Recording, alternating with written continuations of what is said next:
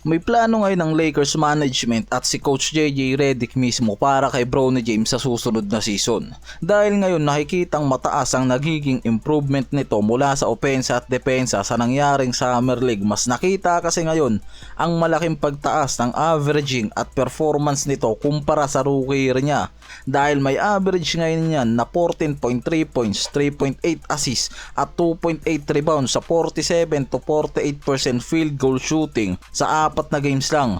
At meron niyang standout performance kontra sa Boston Celtics na nag-average siya ng game high 18 points kasama ang 5 assists at 3 rebounds na mas naging efficient pagpasok ng second half game. Kaya nga may lumalabas rin talaga ngayon na report na minamata itong si Bronny James para maglaro sa 2025 Drew League sa Los Angeles. Isang prestige pro-American basketball league na makakasama ang mga NBA players at iba pang mga streetball legends, talents. At dyan din mismo nang galing itong sila LBJ, Kobe, sila Kyrie, Paul George, Harden at iba pang mga superstar players. Kaya nakikitang malaking bagay to para mas lalong mag-improve itong si Bronny James. Kung sakaling makapaglaro siya dyan, mas mabubus pa nga raw ang confidence nito dahil nga ayon din mismo dito sa nilabas na report ni Dino Smiley na mismong commissioners ng Drew League. May narinig nga raw ito na si Bronny James ang possible maglaro pero wala pang nilalabas na concrete confirmation ang Lakers official hanggang ngayon. Dahil ayon din mismo kay JJ Redick na nakita nito ang malaking improvement ni Bronny lalo na bilang playmaker, hindi lang sa pagpass kundi sa kung paano siya gumalaw ng on and off ball bilang decision maker. Dumagdag din ang kanyang kumpiyansa at pagiging aggressive sa defense. Di ko lang sure kayo na lang bahala humusga dyan. Ayoko magsalita, base lang yan ngayon sa NBA report. At sinabi rin ni JJ Redick sa report na ang susunod at mahalagang hakbang para kay Bronny James maging isang elite condition athlete. Kung sakaling pagsasamahin nga raw yung physical tools, burst at ball handling, may potential siya maging isang above average to really good NBA shooter. Yan yung sinabi mismo ni JJ Redick. Kaya sa report na lumalabas nga ang plano nga talaga ngayon ng Lakers management at mismo nitong si JJ Redick gawing regular players sa kanilang rotation itong si Bronny James sa pagpasok next season.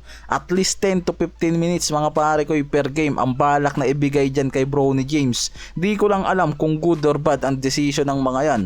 Sa kabilang dulo, nakikitang meron pang 3 posibleng trade scenarios ang Lakers ngayon para makuha itong si Robert Williams III sa Portland bago magtapos ang offseason na to bilang backup o rotational na center nila.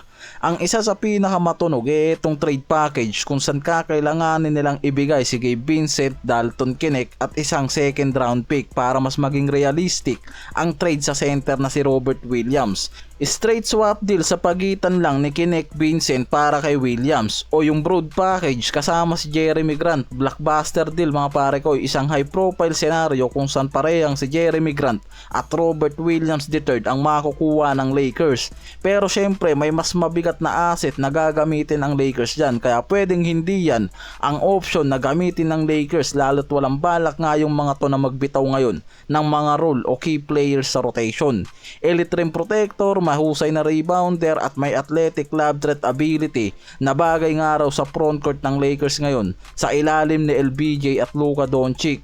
At siguradong mas magiging malaking tulong to kasama si DeAndre Ayton. Pwedeng gawing back o gawing main center para sa second unit yan ng Lakers para mas magamit din nila itong si Jackson Hayes na kakapirma lang ng 1-year extension sa kanila.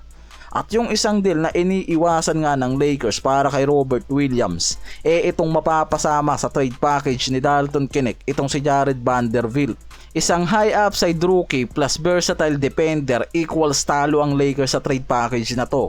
Dahil malinaw na talo nga raw talaga ang Lakers kung sakaling ito yung trade na hahanapin at hahabulin ng Portland sa kanila. Kaya possible na hindi mangyari itong Robert Williams III kung iyan ang hahabulin ng Portland. Si Williams may kontrata mula sa 13.3 million para sa 2026 season na magiging problema pagdating sa salary cap ng Lakers, kaya kailangan talaga ngayon ng mga to gumawa ng trade package para makuha sa Portland ang stretch big na to. Kilala kasi sa injury history itong si Robert Williams III kaya't mababa ang value pagdating sa trade stock niya. Kaya ngayon nakikitang hindi magbibitaw ang Lakers ng mga asset para lang makuha si Williams dahil sa report pwede lang magbigay dyan ang Lakers mula kay Dalton Knecht, Gabe Vincent para matuloy ang deal. Kaya nakikita na ang trade para kay Vincent at Dalton Knecht kasama yung second round pick isang magiging match para makuha ng Lakers si Robert Williams. Tama ang salary matching structure para sa strict cap rules. Saka dahil na rin sa injury risk nitong si Williams at expiring contract niya ngayon, lalong nagpapababa ng trade price niya at kakulangan naman sa youth upside kay Knecht at additional asset sa second rounder. Magagamit yan ng Portland sa rebuilding kaya pwedeng maging makatotohanan ang trade package na to para makuha ng Lakers itong si Robert Williams mga pare koy.